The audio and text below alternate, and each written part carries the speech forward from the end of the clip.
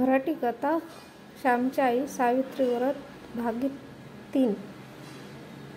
आश्रमातील प्रार्थना झाली. सारे सोबती सभोवती मंडलाकार बसले होते. श्यामच्या मुख्य चंद्राकडे सर्वांचे डोळे लागले होते. तो भातृसंग म्हणजे एक अपूर्व दृश्य होते. वाळवंटातील झरा अधिकच सुंदर पवित्र वाटतो. अंधारात एक किरणे आशा देतो. सध्याच्या निष्प्रेम काळात मला काय त्याचे, अशा काळात असे प्रेमळ संग म्हणजे परम आशा होय. या भातृ संघातील प्रेमासारखे प्रेम अन्यत्र क्वचितच पाहावयास सापडले असते. तो आश्रय म्हणजे त्या गावातील जीवनाला, साचीव जीवनाला स्वच्छ ठेवणारा जिवंत व पवित्र झरा होय. गावात सर्वत्र शांतता होती. आकाशात शांतता होती. काही बैलांच्या गळ्यातील घंटा गोड आवाज दूर ऐकू येत होता. वारा मात्र स्वस्थ नव्हता. तो त्रिभुवनी मंदिराला सारखा प्रदक्षिणा घालीत होता. आपली अखंड प्रार्थना गुणगुणत होता. श्यामने सुरुवात केली. माझ्या आईचे माहेर फार श्रीमंत नव्हते, तरी सुखी होती. माहेरी खाण्यापिण्याची ददात नव्हती. माझ्या आईचे माहेर गावातच होते. माझ्या आईचे वडील फार कर्मठ व धर्मनिष्ठ होते. माझी आई सर्व भावंडात मोठी होती. माझ्या आईवर तिच्या आईबापांचे फार प्रेम होते. माझ्या आईला माहेरी कोणी आवडी म्हणत, कोणी बयो म्हणत. आवडी खरेच लहानपणापासून ती सर्वांना आवडत असे. बयो ही खरेच जगाची बयो होती, आई होती. माहेरची गडी माणसे काढपिंड पुढे मोठेपणी जेव्हा माझ्या आईला बयो म्हणून हाक मारीत, तेव्हा ती हाक किती गोड वाटत म्हणून सांगू. ती हाक मारण्यात असलेला जिव्हाळा हृदयालाच कळे. माझ्या आईला 2 भाऊ व 1 बहीण होती. माझ्या आईची अत्यंत नियमित व दक्ष होती. तिच्या घरातील भांडी आरशाप्रमाणे स्वच्छ असत. माझ्या आईचे लग्न लहानपणीच झाले होते. सासर श्रीमंत होते. सासरची मंडळी गावात सरदार म्हणून मानली जात. निदान ते तरी स्वतःला तसे समजत. आईच्या अंगावर सोन्या मोत्यांचे दागिने होते. पोत, पेट्या, सरीवाकी, गोटतोडे सारे काही होते. भरल्या घरात भरल्या गोकुळात ती पडली होती. सासरचे तिचे नाव यशोदा ठेवण्यात आले होते. सासरी ती लहानाची मोठी होत होती. कशाला तोटा नव्हता. चांगले न्यायला, चांगले खायला होते. एकत्र घरात कामही भरपूर असे. उत्साही परिस्थितीत सहानुभूतीच्या वातावरणात काम करावयास मनुष्य कंटाळत नाही. उलट 4 धंदे करण्यात धन्यता व आनंद मानतो. मित्रांनो, माझ्या आईवडिलांच्या अंगावर ते वयाने 17-18 वर्षाचे झाले नाहीत, तोच सारी जबाबदारी पडली होती. कारण आजोबा थकले होते. वडीलच सारा कारभार पाहू लागले. देव घेव तेच पाहत आम्ही आमच्या वडिलांस भाऊ म्हणत असू व लोक त्यांना भाऊराव असे म्हणत. आजूबाजूच्या खेड्यातील लोक आम्हाला खोत म्हणून संबोधित. खोत म्हणजे काय? भिकाने प्रश्न विचारला. श्याम म्हणाला, खोत म्हणजे गावचा ठरीव शेतसारा वसूल करून सरकारकडे पाठवणारा बिनपगारी दलाल. त्याला काही मिळत नाही का? रामने विचारले.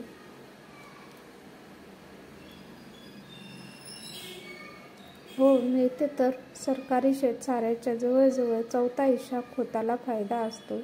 खोत गावातील पिकांची अभावनी करतो, पिकांचा अंदाज करतो. याला पीक धरणे असे म्हणतात. एखाद्या शेतात पीक चांगले नसेल तर चांगले लावतात. लोकांनी वसूल दिला नाही तर सरकारी मदत मिळते व मग जप्ती प्रकरणे होतात.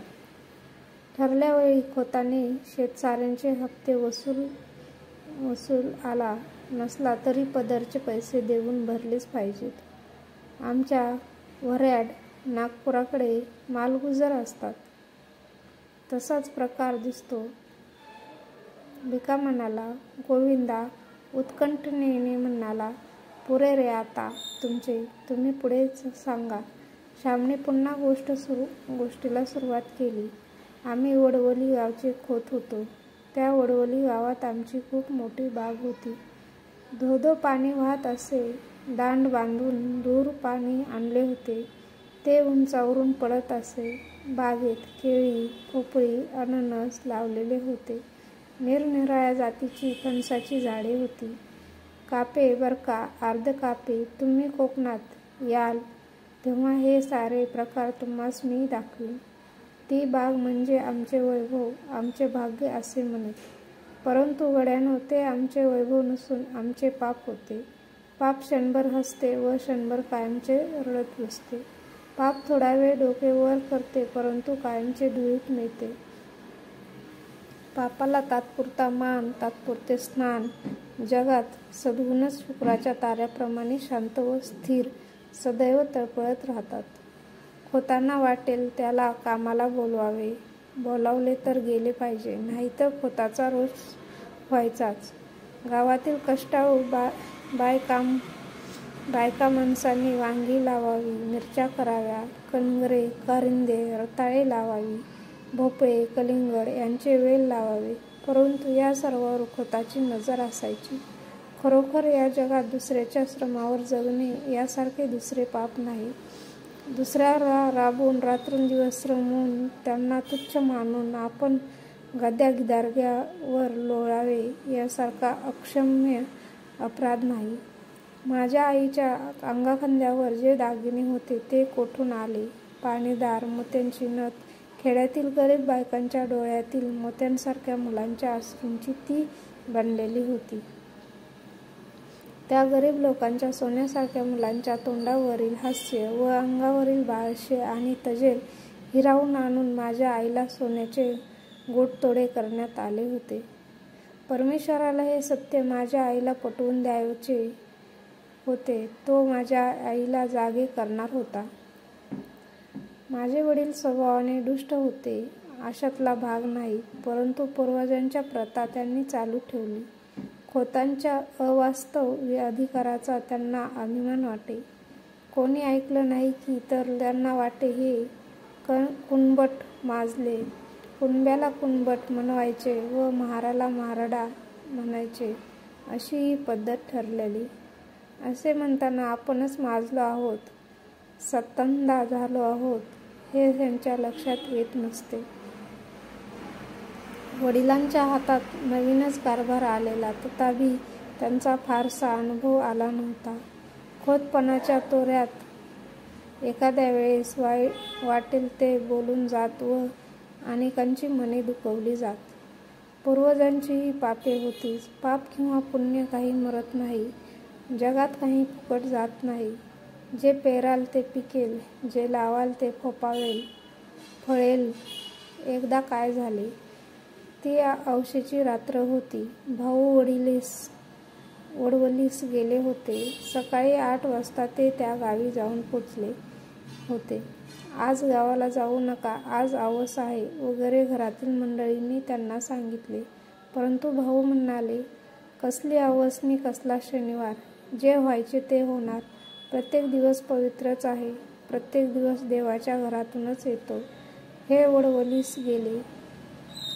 दिवसभर राहिले. तिन्ही सांज झाल्या व ते घरी परत जाण्यास निघाले. घरोबाच्या एका म्हातारबाईने सांगितले, भाऊदा, तिन्ही सांज म्हणजे दैत्याच्या वेळी, या वेळी जाऊ नका. त्यातून औशेच्या काळरात बाहेर अंधार पडेल. तुम्ही नाल्याजवळ जाल तोच अंधार होईल. तेथे वस्तीला राहा.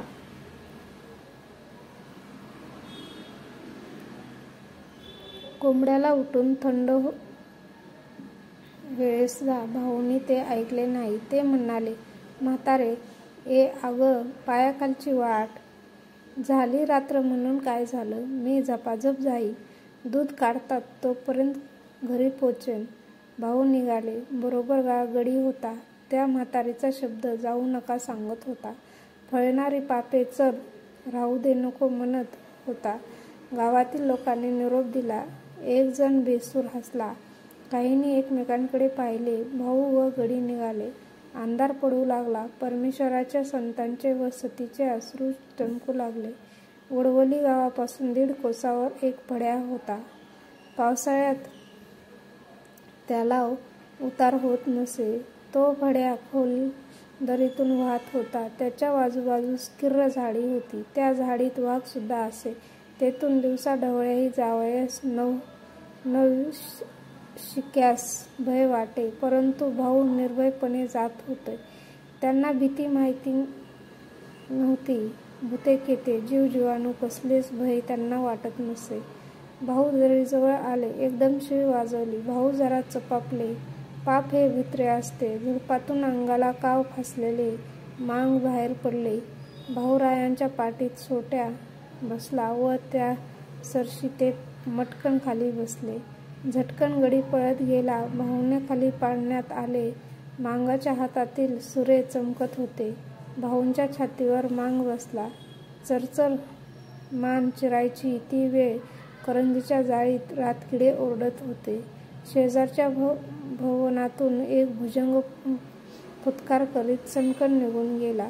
मांगाचे तिकडे लक्ष नव्हते. इतक्यात एका म्हातारीने ओरड केली, "अरे, बामणाला मारले, कोताला मारले रे, धावा! " ते मांगही जरा भ्यायले. भाऊ त्या मांगांना म्हणाले, "नका रे मला मारू. मी तुमचे काय केले? सोडा मला. ही अंगठी, ही सल्लेजोडी, हे 100 रुपये घ्या. सोडा मला. " दिनवाणीपणाने त्या मांगांना ते विनवीत होते. म्हातारीच्या ओरडण्याने कोणीतरी येत आहे असे दिसले. कोणाच्या तरी चाहूल लागली. मांगांनी त्या अंगठ्या, ती सल्लेजोडी, ते 100 रुपये घेतले व त्यांनी पोबारा केला. हे मांग काही खरे खुनी नव्हते. या कामात मुरलेले नव्हते. पण दारिद्र्यामुळे हे घोर कर्म करावयास ते प्रवृत्त झाले होते.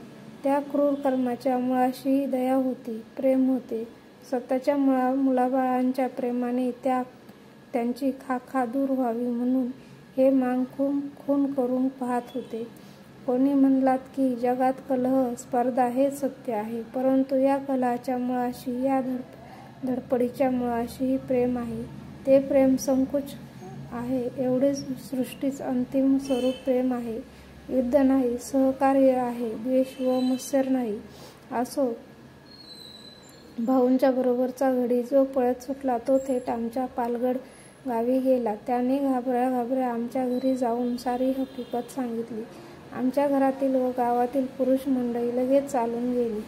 पालगड्याला पोलीस ठाणे होते. तेथे वर्दी देण्यात आली. घरात बातमी येताच आकांत झाला. साऱ्यांच्या तोंडचे पाणी पळाले. घरात दिवे लागले. परंतु साऱ्यांनी तोंडे काळवंडली होती.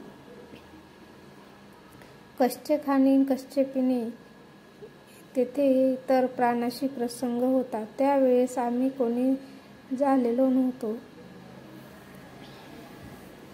आईला समजू लागले. बायकांना लवकर समजू लागते. माझी आई ती सारा कथा आम्हाला सांगे. आम्ही देवाजवळ गेलो. निर्वाणीचा तोच एक सखा. देवाजवळ जाऊन आईने पदर पसरला. ती म्हणाली, "देवा नारायणा, तुला माझी चिंता, तुला माझी सारी काळजी. आई जगदंबे, तुझी मी मुलगी, मला पदरात घे. माझे कुंकू राख, माझे चुडे अभंग ठेव. माझे सौभाग्य नको. आई, आई, त्यावर कुऱ्हाड नको पडू देऊ. मी काय करू? कोणते व्रत घेऊ? देवा, माझी करुणा येऊ दे. तुला करुणेचा सागर येऊ दे. हो घरी सुखरूप येऊ दे. हो घरी सुखरूप. पाहीन त्यांना डोळे भरून. नांदू तुझ्या आशीर्वादाने सुखाने जन्मभर. मला दुसरे काही नको. नको थे दागिने, नको थे मोठे वस्त्रे. कशाला मेली ती खोती. नको मला काही नको. पती हाच माझा दागिना. तेवढा दे देवा. " असे म्हणून आई येऊ लागली, रडू लागली. आईने देवाला अवविले, प्रार्थिले. परंतु नुसती प्रार्थना काय कामाची?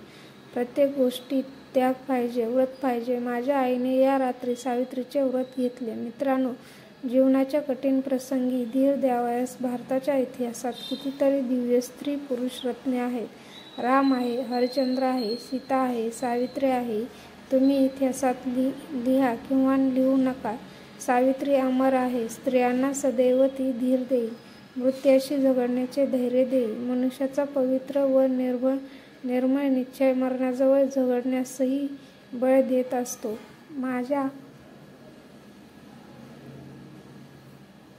आईचे सौभाग्य आले. भाऊ घरी आले. या वर्षापासूनच आई सावित्रीचे व्रत करी. दरवर्षी षष्ठी पूर्ण येण्याच्या आधी 2 दिवस ती उपवासास सुरुवात करी.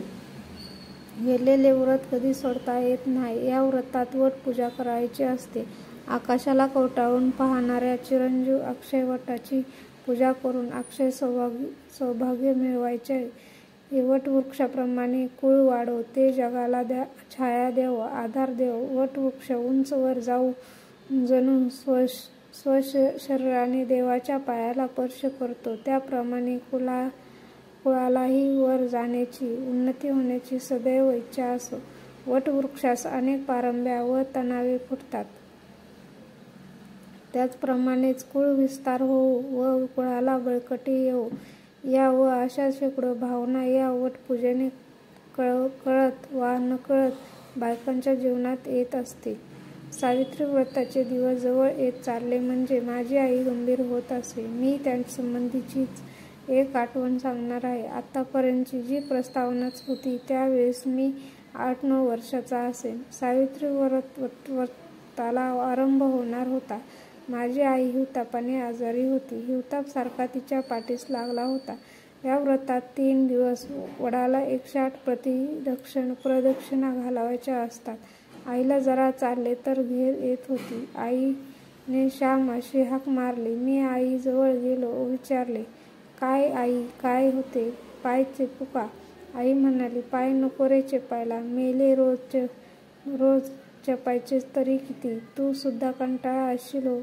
पण मी तरी काय करू? आईचे ते करुण शब्द ऐकून मला वाईट वाटले. मी रडू लागलो. आई पुन्हा म्हणाली, श्याम, तू दिवसभर काम करून दमतोस हो, पण उद्यापासून तुला आणखीन एक काम 3 दिवस करायला सांगणार आहे. करशील ना बाळा तू? कोणते काम? आई, मी कधी नाही म्हटले आहे का? मी म्हटले. आई गहिवरून म्हणाली, नाही, तू कधी सुद्धा नाही म्हणत नाहीस. हे बघ, उद्यापासून वट सावित्रीचे व्रत सुरू होईल. मला वडाच्या 108 प्रदक्षिणा घालता येणार नाहीत. मला भोवळ येईल. कशी ती पारावर तुझा हात धरून जाईन, पूजा करीन, 3 प्रदक्षिणा घालीन. बाकीच्या प्रदक्षिणा तू घाल हो बाळा.